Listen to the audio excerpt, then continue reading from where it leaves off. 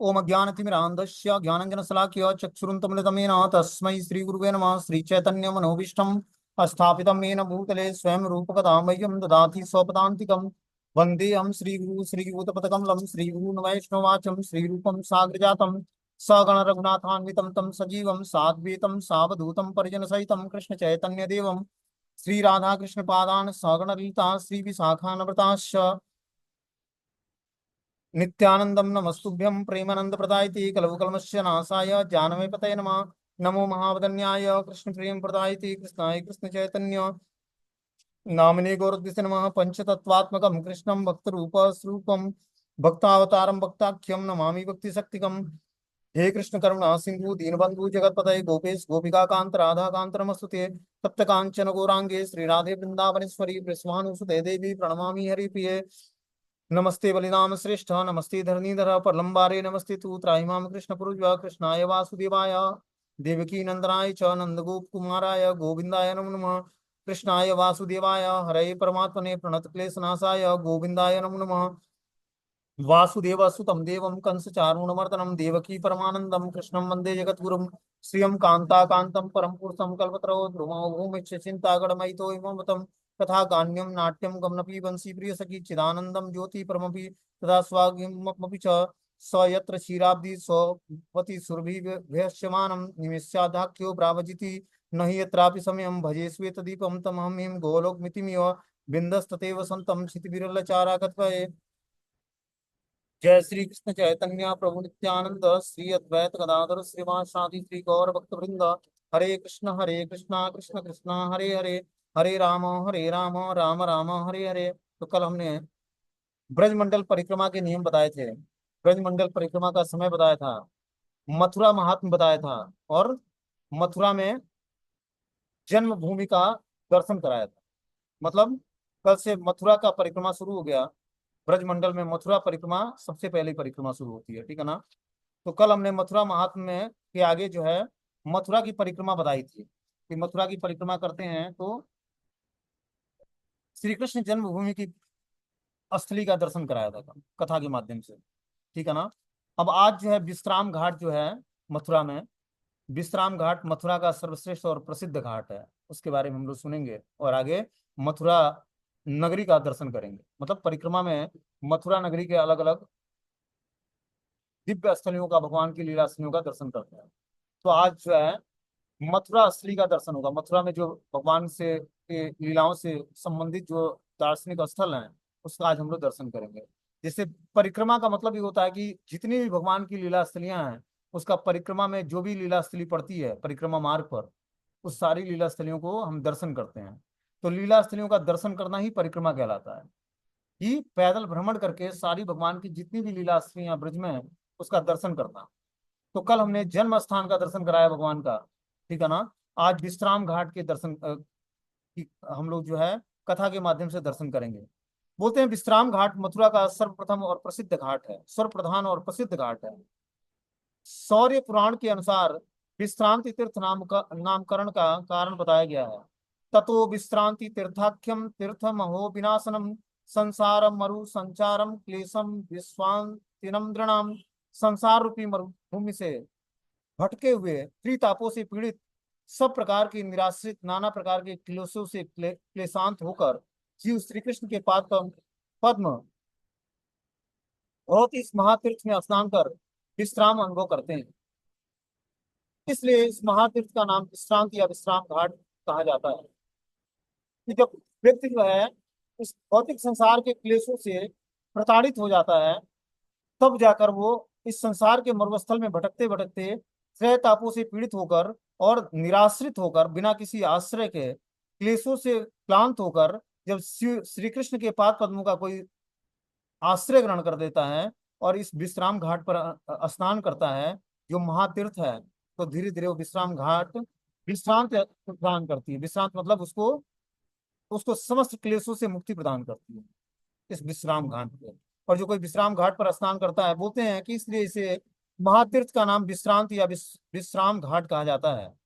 भगवान श्री कृष्ण ने महाबलशाली कंस को मारकर ध्रुव घाट पर इसकी अंत्येष्टि संस्कार करवाकर बंधु बांधवों के साथ यमुना के इस पवित्र घाट पर ही स्नान कर विश्राम किया था। क्या बोलते हैं कि जब भगवान कंस को का वध करते हैं तो उसका ध्रुव घाट पर उसकी अंत्येष्टि संस्कार संपन्न कराकर बंधु बांधवों के साथ यमुना के पवित्र घाट में स्नान करते हैं भगवान, और यहीं पर विश्राम करते हैं, इसीलिए इसका नाम विश्राम घाट है।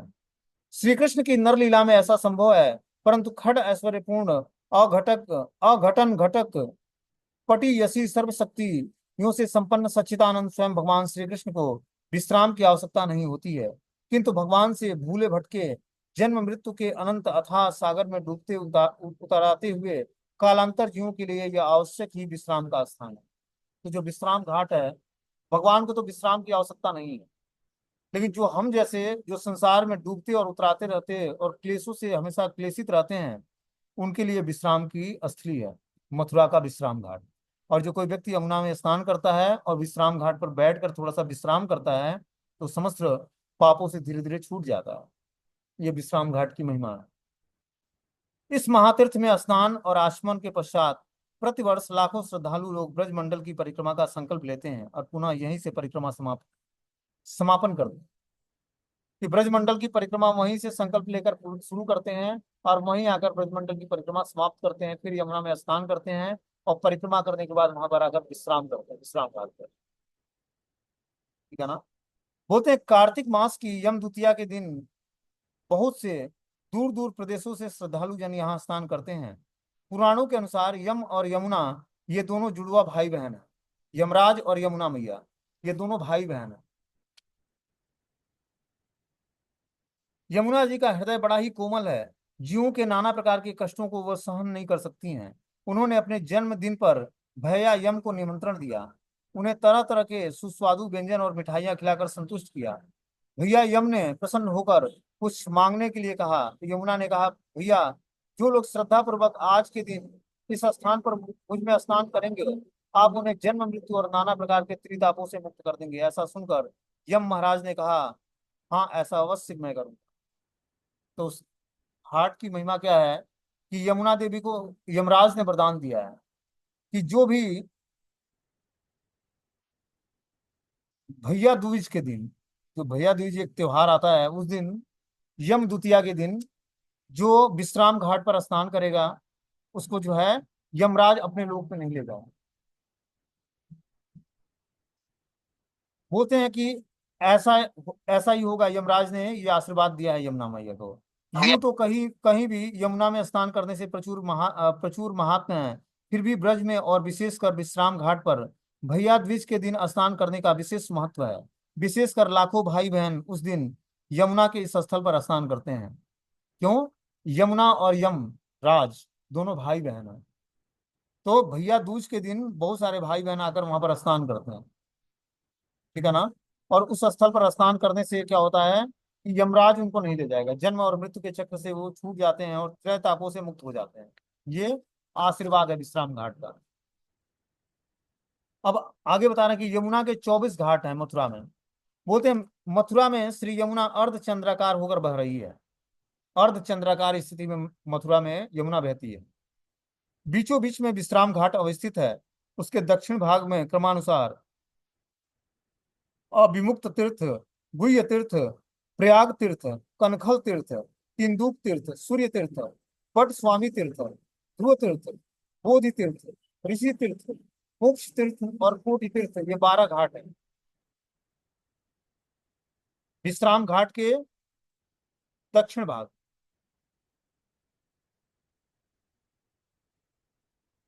तथा उत्तर में 9 तीर्थ, संयमन तीर्थ, धाम पतन तीर्थ, नाग तीर्थ, घंटा भरणक तीर्थ, ब्रह्म तीर्थ, सोम तीर्थ, सरस्वती पतन तीर्थ, चक्र तीर्थ, दशा अश्वमेध तीर्थ, विहनराज तीर्थ, कोटि तीर्थ, ये 12 घाट अवस्थित है। देखो हमें लगता होगा कि इन नामों का हम लोग के जीवन में क्या उपयोगिता है, लेकिन ये नाम बहुत ही मंगलकारी है। समझ रहे बात को। जैसे हम कल 48 वनों का नाम बताया हमने, आज इस 12 दूनी 24 घाटों का नाम बताया। इस नामों को सुनने मात्र से व्यक्ति के बंधन छूट जाते हैं, भौतिक बंधन से व्यक्ति मुक्त हो जाता है। ये साधारण धाम के साधारण घाट नहीं है। स्वयं भगवान इन घाटों पर विश्राम किए हैं, स्नान किए हैं, लीलाएं की हैं, तभी इन घाटों को भगवान ने इंपॉर्टेंस दिया और इसका महत्व बहुत ही बहुत ही मतलब ज्यादा है इसका, इसीलिए इसको शास्त्रों में इसका गुणगान किया गया है। बोलते हैं कि भारत के सारे प्रधान प्रधान तीर्थ एवं स्वयं तीर्थराज प्रयाग यमुना के घाटों पर श्री यमुना महारानी की छत्र छाया में भगवान श्री कृष्ण की आराधना करते हैं। क्या बोलते हैं, स्वयं तीर्थराज प्रयाग यमुना के घाटों पर श्री यमुना महारानी की छत्र छाया में भगवान श्री कृष्ण की आराधना करने के लिए आते हैं। स्वयं प्रयागराज जो प्रयाग हैं, वो तीर्थ जो हैं स्वयं यमुना के घाटों पर आकर यमुना महारानी की छत्र छाया में भगवान श्री कृष्ण की आराधना करते हैं। चतुर्मास काल में ये तीर्थ समूह विशेष रूप से यहाँ पर आराधना करते हैं। जो चतुर्मास चल रहा है, इस चतुर्मास में जो है विश्राम घाट पर सारे तीर्थ आकर भगवान श्री कृष्ण की आराधना करते हैं। अब बता रहे हैं कि पहला है अविमुक्त तीर्थ। यहाँ पर स्वयं काशी विश्वनाथ महादेव भगवत आराधना करते हैं। इस तीर्थ में स्नान करने वाले या प्राण त्यागने वाले सहज ही संसार रूपी आवागमन से मुक्त होकर भगवत धाम को प्राप्त करते हैं। तो जो दक्षिण तरफ जो अविमुक्त तीर्थ है, उसमें स्वयं विश्वनाथ भगवान महादेव ये आराधना स्थली है। इस तीर्थ स्थान पर आकर वो स्नान करते हैं, और जो व्यक्ति यहाँ पर स्नान करके प्राण त्याग करता है, वो सहज ही संसार के आवागमन के चक्र से मुक्त हो जाता है और भगवत धाम को प्राप्त करता है। दूसरा है गुह्य तीर्थ। यहाँ स्नान करने से संसार के आवागमन से मुक्त होकर भगवत लोक की प्राप्ति होती है। कोई गुह्य तीर्थ में स्नान करता है जाकर, तो उसे निश्चित रूप से इस बहुत संसार के आवागमन से मुक्त होकर और भगवत लोक को की प्राप्ति होगी। तीसरा तीर्थ बताया कि प्रयाग तीर्थ। यहाँ तीर्थराज प्रयाग भगवत आराधना करते हैं। यहीं पर प्रयाग के बेणु माधव नित्य अवस्थित रहते हैं। यहाँ स्नान करने वाले अग्निहोत्र आदि का फल प्राप्त करके वैकुंठ धाम को प्राप्त करते हैं। तो जो भी प्रयाग तीर्थ मतलब जो मथुरा में विश्राम घाट के दक्षिणायन भाग में प्रयाग तीर्थ है, उसमें कोई अगर जो स्नान करता है और भगवत आराधना करता है, जहाँ नित्य ही वेणु माधव अवस्थित हैं, यहाँ स्नान करने मात्र से अग्नि ओष्ठ आदि का फल प्राप्त करके वो व्यक्ति वैकुंठ धाम को प्राप्त कर लेता है। कनखल तीर्थ। या इस तीर्थ पर महादेव पार्वती श्री हरि की आराधना में सदैव तत्पर रहती हैं। जिस प्रकार महादेव शंकर ने दक्ष प्रजापति के ऊपर कृपा कर उसे संसार सागर से मुक्त कर दिया, उसी प्रकार इस तीर्थ में स्नान करके व्यक्ति ब्रह्मलोक को प्राप्त करता है। तो जो कनखल तीर्थ है, वहां पर कोई व्यक्ति स्नान करता है और भगवत आराधना करता है, तो संसार सागर से धीरे धीरे जो है मुक्त हो जाता है, और इस तीर्थ में बस स्नान करने से उसको ब्रह्मलोक की प्राप्ति हो जाती है। तिंदुक तीर्थ, यह भी गुह्य तीर्थ है। यहाँ स्नान करने वाले भगवत धाम की प्राप्ति करते हैं। पास ही में एक दंडी घाट है, जहाँ श्री चैतन्य महाप्रभु ने स्नान किया था। बोलते हैं तिंदुक तीर्थ ऐसा तीर्थ है जहाँ पर स्नान करके भगवत धाम की प्राप्ति हो सकती है। और पास में ही एक दंडी घाट है, जहाँ श्री चैतन्य महाप्रभु ने स्नान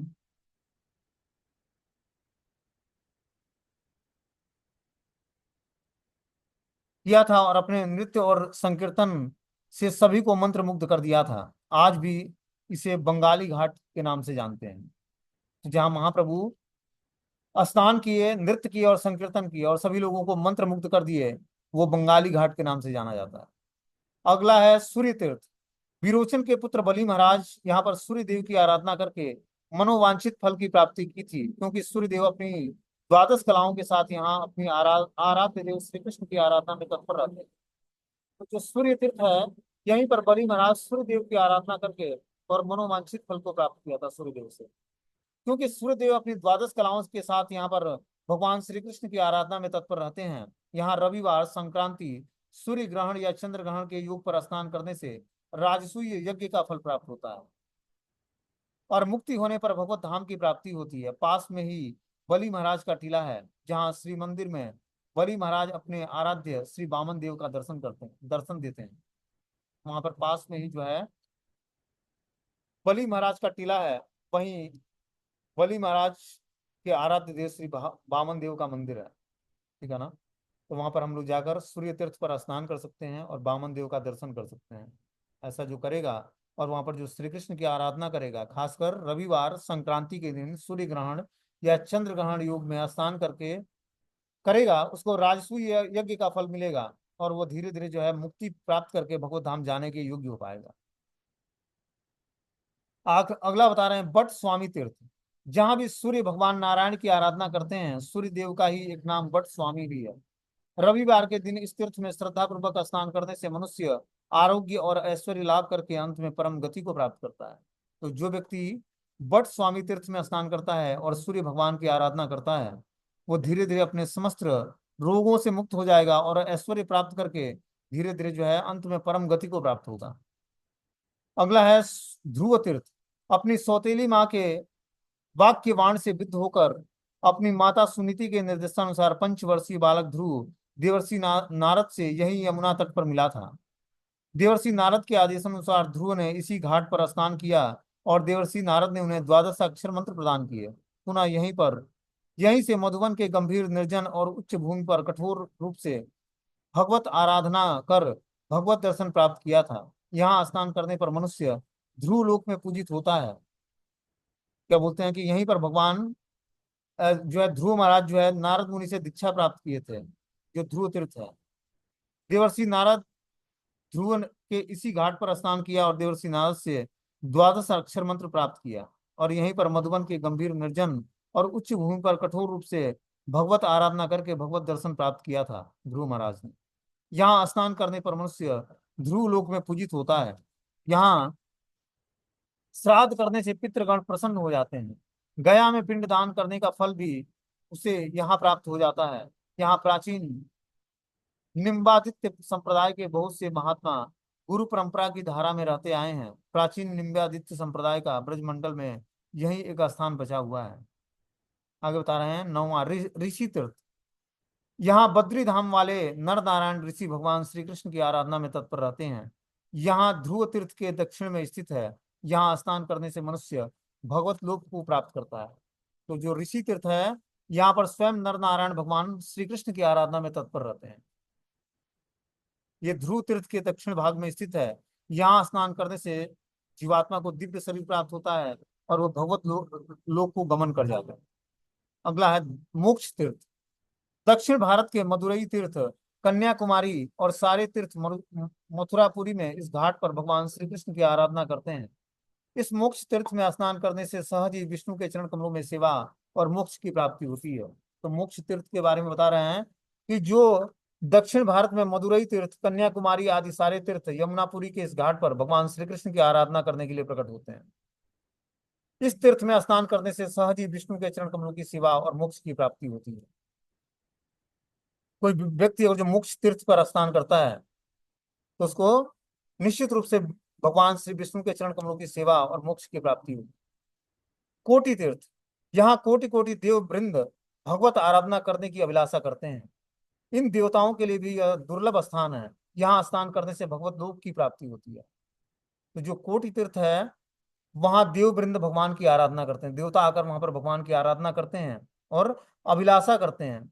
यह देवताओं के लिए भी अति दुर्लभ स्थान है। यहाँ स्नान करने से भगवत लोक की प्राप्ति होती है। बोधि तीर्थ। यहाँ भगवान बुद्ध जीवों के स्वरूप धर्म भगवत भक्ति का बोध कराते हैं, इसलिए इसका नाम बोधि तीर्थ कहलाता है। कहा जाता है कि रावण ने गुप्त रूप से यहाँ तपस्या की थी। वहां त्रेता युग में एक निर्विशेष ब्रह्म ज्ञानी ऋषि था। उसके स्वचरित लंका अवतार सूत्र नामक ग्रंथ में अपनी निर्विशेष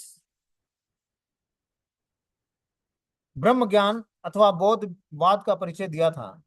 निशक्तिक और ब्रह्मवादी होने के कारण वह सर्वशक्तिमान भगवान श्री रामचंद्र से उनकी शक्ति स्त्री सीता देवी का हरण करना चाहता था, किंतु श्री राम जी ने उसे निर्विशेष ब्रह्म ज्ञानी वंश सहित वध कर दिया।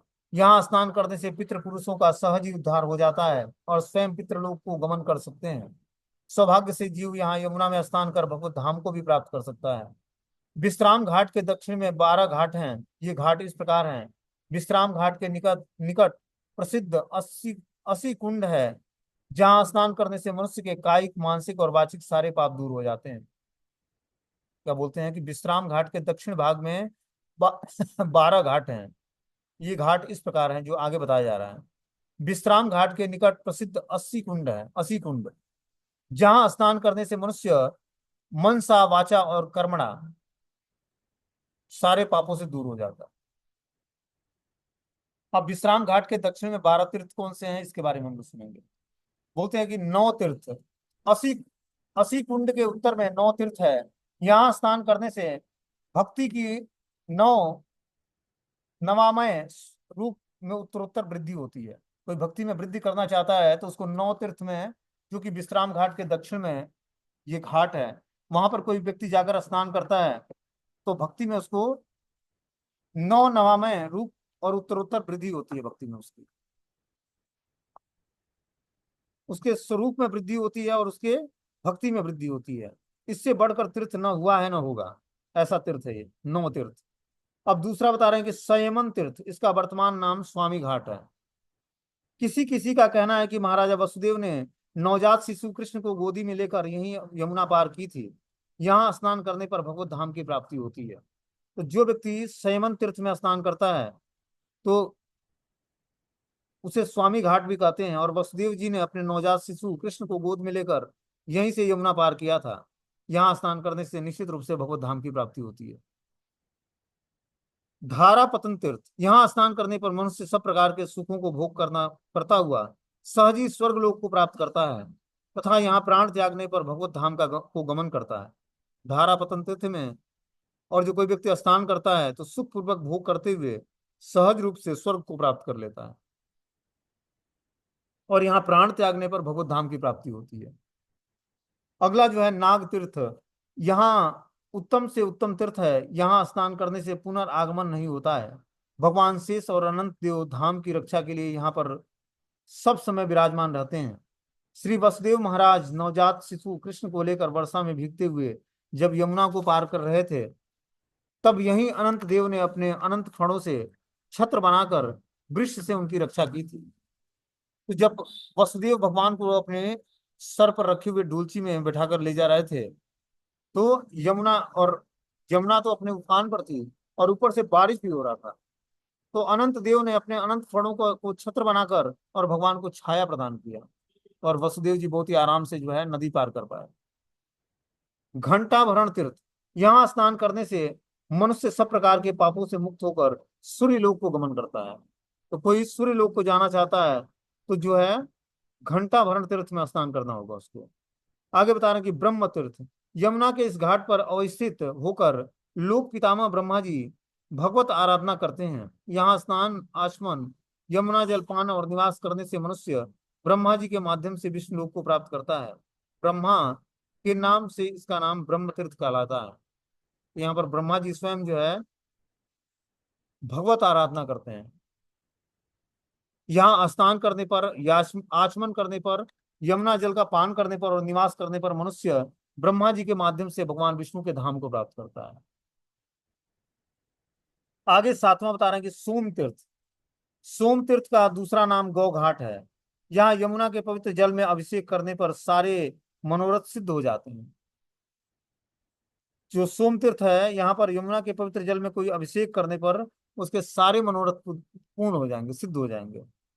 आगे बता रहे हैं कि सरस्वती पतन तीर्थ, सरस्वती नदी इसी स्थान पर यमुना में मिलती है। सरस्वती नदी का दूसरा नाम श्री कृष्ण गंगा होने के कारण इसे कृष्ण गंगा घाट भी कहते हैं। समीप ही दाहिनी ओर गौ घाट या सोम तीर्थ है। इस घाट का संबंध श्री कृष्ण द्वैपायन वेद व्यास से है।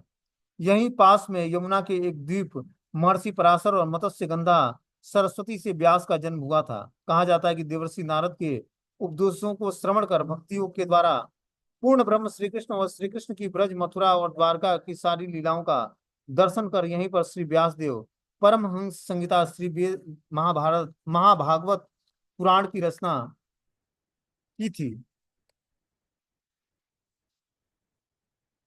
ठीक है, इस म- मधुरता मधुर ब्रज धाम में आराधना की बिना श्री कृष्ण की मधुरार्थित मधुर लीलाओं का दर्शन एवं वर्णन कैसे संभव हो सकता है। बहुत से विद्वत सारग्राही भक्तों को ऐसा ही अभिमत है। यहाँ स्नान करने पर मनुष्य समस्त पापों से मुक्त होकर भगवत प्रेम को प्राप्त करता है। निम्न जाति के व्यक्ति भी यहाँ स्नान करने पर परमहंस जाति अर्थात परम भक्त हो जाते हैं। तो कोई जो है इस तीर्थ स्थल पर स्नान करता है, कहाँ पर, सरस्वती पतन तीर्थ पर, तो वो बता रहे हैं कि समस्त पापों से मुक्त होकर भगवत प्रेम को प्राप्त करता है। निम्न जाति में उत्पन्न व्यक्ति भी और जो इस स्थान पर स्नान करता है तो धीरे धीरे धीरे जो है वो परमहंस जाति अर्थात परम भक्तों के बीच में आ जाएगा। चक्र तीर्थ, मथुरा मंडल में यमुना तट पर स्थित यह तीर्थ सर्वत्र विख्यात है। निकट ही महाराजा अम्बरीश का टीला है, जहाँ अम्बरीश यमुना के किनारे निवास करते शुद्ध भक्ति के अंग के द्वारा भगवान की आराधना करते थे। द्वासी परायण के समय राजा अम्बरीश के प्रति महर्षि दुर्वासा व्यवहार से असंतुष्ट होकर विष्णु चक्र उनका पीछा किया। दुर्वासा 1 वर्ष तक विश्व ब्रह्मांड में सर्वत्र यहाँ तहाँ ब्रह्मलोक, शिवलोक और विष्णु को परामर्श के वैकुंठ लोक में गए, परंतु चक्र से उनका पीछा नहीं छुड़ा। अंत में भगवान विष्णु के परामर्श से भक्त अम्बरीश के निकट लौटने पर उनकी प्रार्थना से चक्र ब्रह्म हत्या यहीं रुक गया। इस प्रकार ऋषि के प्राणों की रक्षा हुई। यहाँ स्नान करने से ब्रह्म हत्या आदि पापों से मुक्ति हो जाती है तथा स्नान करने वाले सुदर्शन चक्र की कृपा से भगवत दर्शन प्राप्त करके कृतार्थ हो जाता है। तो ये चक्र तीर्थ की महिमा है। अब 10वां अश्वमेध तीर्थ जो है, बोलते हैं यमुना के इस पवित्र घाट पर ब्रह्मा जी ने 10 अश्वमेध यज्ञ किए थे। यह स्थान देवर्षि नारद, चतुसन आदि ऋषियों के द्वारा सदा सर्व यहाँ स्नान करने पर मनुष्य को भगवत धाम की प्राप्ति होती है। तो कोई भगवत धाम की प्राप्ति करना चाहता है तो उसको 10वां अश्वमेध तीर्थ पर जाकर स्नान करना पड़ेगा, जो कि विश्राम घाट के दक्षिण भाग में है, मथुरा में। विघ्नराज तीर्थ, यहाँ स्नान करने पर मनुष्य सब प्रकार के विघ्नों से मुक्त हो जाता है। विघ्न विनाशक श्री गणेश जी यहाँ सर्वदा निवास कर भगवत आराधना करते हैं। यहाँ स्नान करने पर विशेष रूप से भगवान नरसिंह देव की कृपा से भक्ति के सारे विघ्न दूर हो जाते हैं तथा भगवत धाम की प्राप्ति होती है। आगे बता रहे हैं कोटि तीर्थ, यहाँ स्नान करने पर मनुष्य कोटि कोटि गोदान का फल प्राप्त करता है। पास में ही गोकर्ण तीर्थ है। प्रसिद्ध गोकर्ण ने अपने भाई धूतकारी को श्रीमद् भागवतम की कथा सुनाकर उसका प्रेत जोनि से उद्धार किया। इन्हीं गोकर्ण की भगवत आराधना का यह स्थल है, जो कोटि तीर्थ है। यहाँ स्नान करने से मनुष्य कोटि कोटि गोदान का फल प्राप्त करता है। मतलब अगर जो कोई व्यक्ति यहाँ पर स्नान करता है तो उसको लाखों लाखों गायों का दान करने का फल प्राप्त होता है। पास में ही गोकर्ण तीर्थ है। प्रसिद्ध गोकर्ण ने अपने भाई धूतकारी को श्रीमद् भागवतम की कथा सुनाकर उसका प्रेत योनि से उद्धार किया था। यहीं पर इन्हीं गोकर्ण की श्रीमद् भगवत आराधना का स्थल है। तो गोकर्ण ऋषि ने यहीं पर भगवत आराधना भी की थी और यहीं पर धूतकारी को भागवतम सुनाकर उसको प्रेत योनि से मुक्ति प्रदान किया था। अब आगे इसमें बता रहे हैं कि मथुरा परिक्रमा में दर्शन स्थली कौन कौन सी है, इसके बारे में हम लोग सुनेंगे। उपरोक्त उपरोक्त वर्णित 24 घाटों के अतिरिक्त मथुरा की पंचकोसी परिक्रमा के अंतर्गत निम्नलिखित दार्शनिक स्थल है। तो जो पंचकोसी परिक्रमा होती है उसमें जो है निम्नलिखित दार्शनिक स्थल पड़ते हैं। विश्राम घाट से परिक्रमा आरंभ करने से सर्वप्रथम पिपलेश्वर महादेव का दर्शन होता है। जब हम विश्राम घाट से आगे बढ़ते हैं स्नान करने के बाद तो पिपलेश्वर महादेव आते हैं। पिपलेश्वर महादेव की स्टोरी क्या है, बोलते हैं कि पिपलेश्वर महादेव मथुरा के 4 क्षेत्रपालियों में से एक हैं। ये मथुरापुरी के पूर्व दिशा में विश्राम घाट के निकट स्थित हैं तथा मथुरा क्षेत्र की सदा रक्षा करते हैं। तदंतर वेणी वेणु माधव, रामेश्वर, दाऊजी, मदन मोहन, तंदुक तीर्थ, सूर्य घाट, ध्रुव टीला का दर्शन कर सप्तऋषि टीले पर अत्रि, मरीचि, कत्रु, अंगिरा, गौतम, वशिष्ठ, पुलस्त्य तथा दिव्य दर्शन है।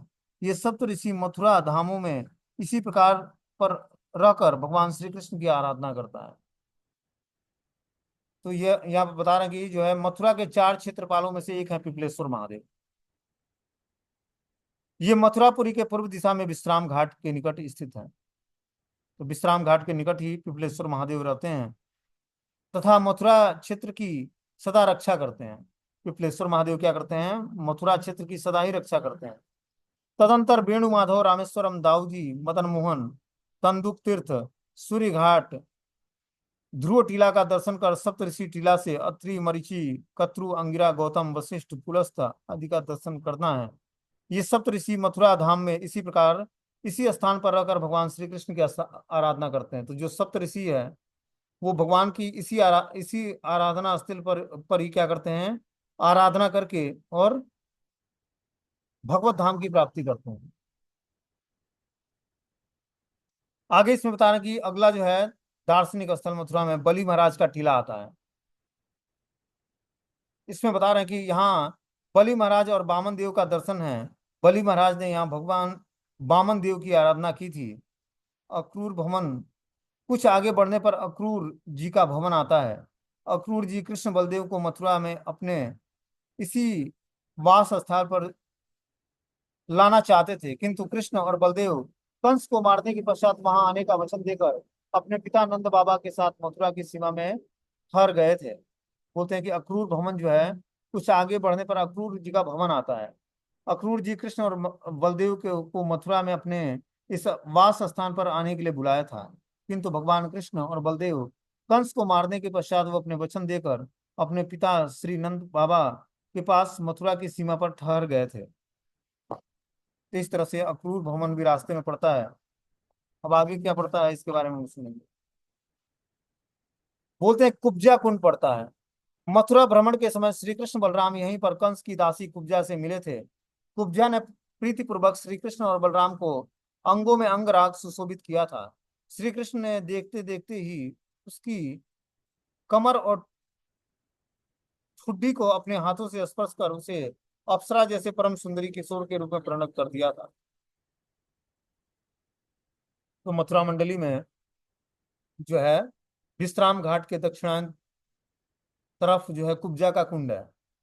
वहीं पर भगवान कृष्ण से मिली थी कुब्जा, जो रमा सुंदरी देवी के रूप में परिणत हो गई थी। कुब्जा ने काम भरी लजीली आंखों से भगवान श्री कृष्ण को देखा और भगवान ने क्या बोला कि वो श्री कृष्ण को अपने घर ले जाना चाहती थी। श्री कृष्ण अपना कार्य पूर्ण होने पर पीछे आने का वचन देकर चले गए।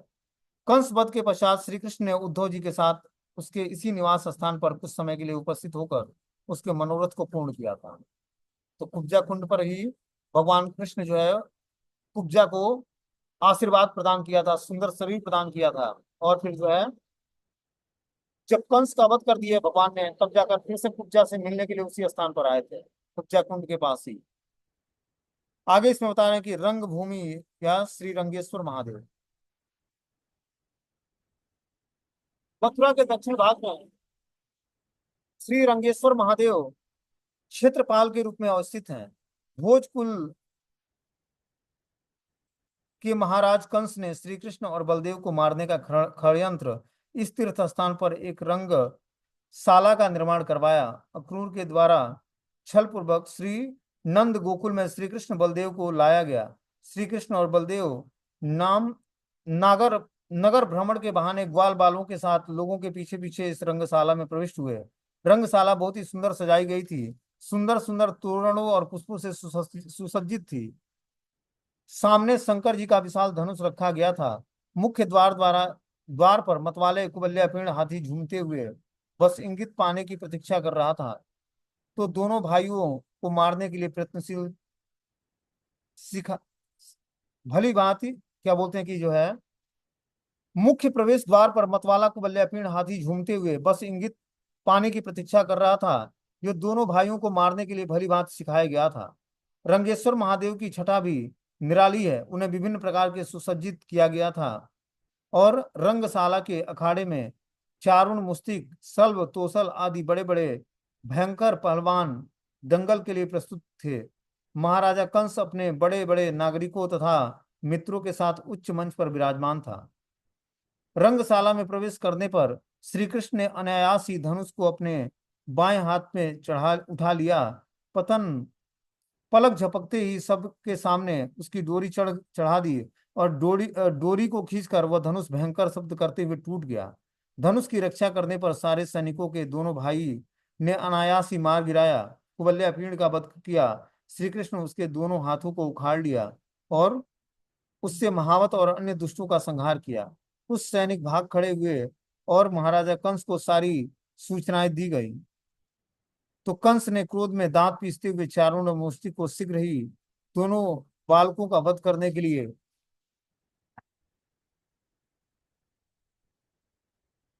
आदेश दिया था।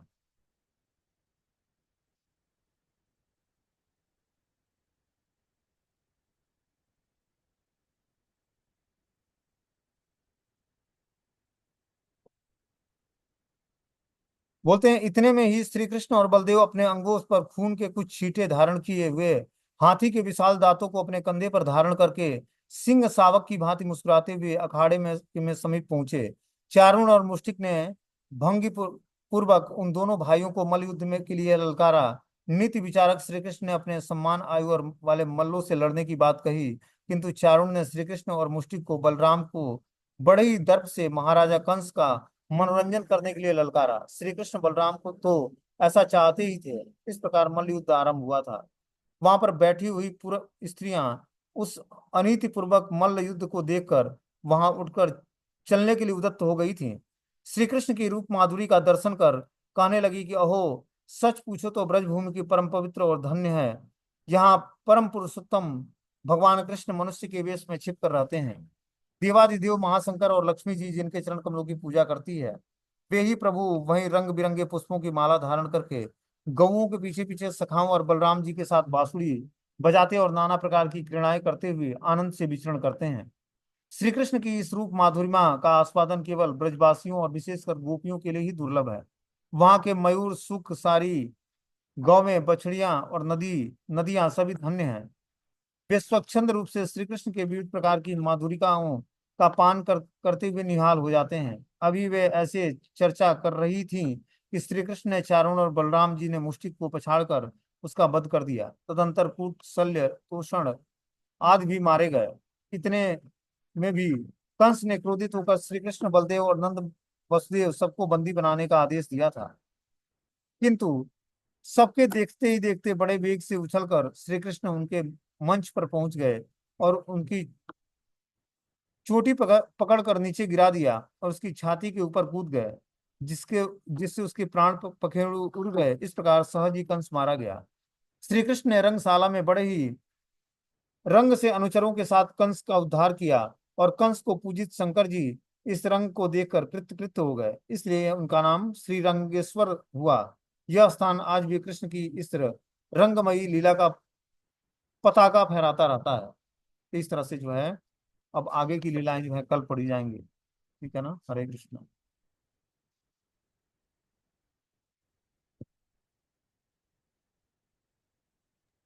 हरे